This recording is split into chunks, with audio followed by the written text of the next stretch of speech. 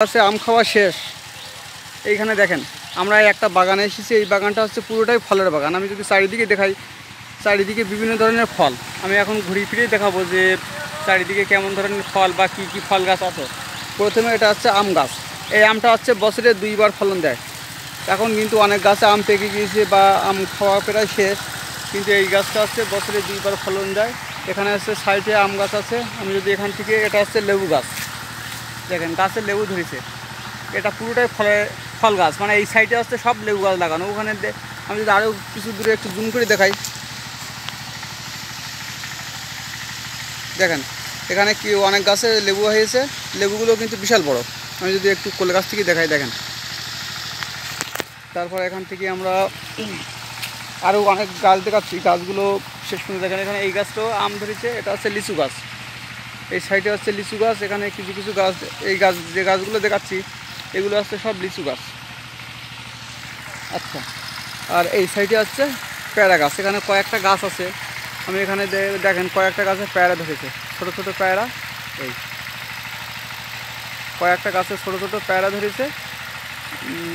তারপরে এখান থেকে আছে লিচু গাছ। এখানে প্রায় প্রত্যেকটা গাছে দেখেন। এখানে এই গাছটাও আমের ফুল এসেছে।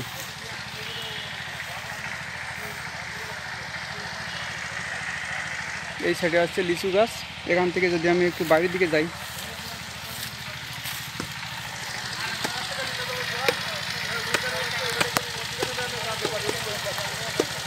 এইখানে দেখেন সবগুলো আছে আম গাছ।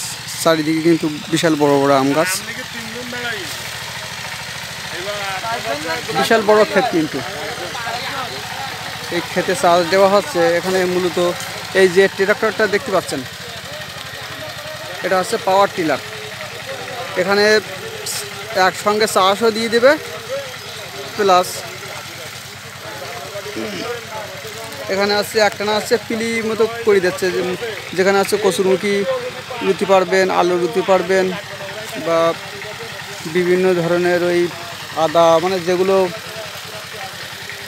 জল কেটে কেটে যে চাষগুলো দেওয়া হয় সেইগুলো সব এখানে করতে পারবেন, রুটি পারবেন।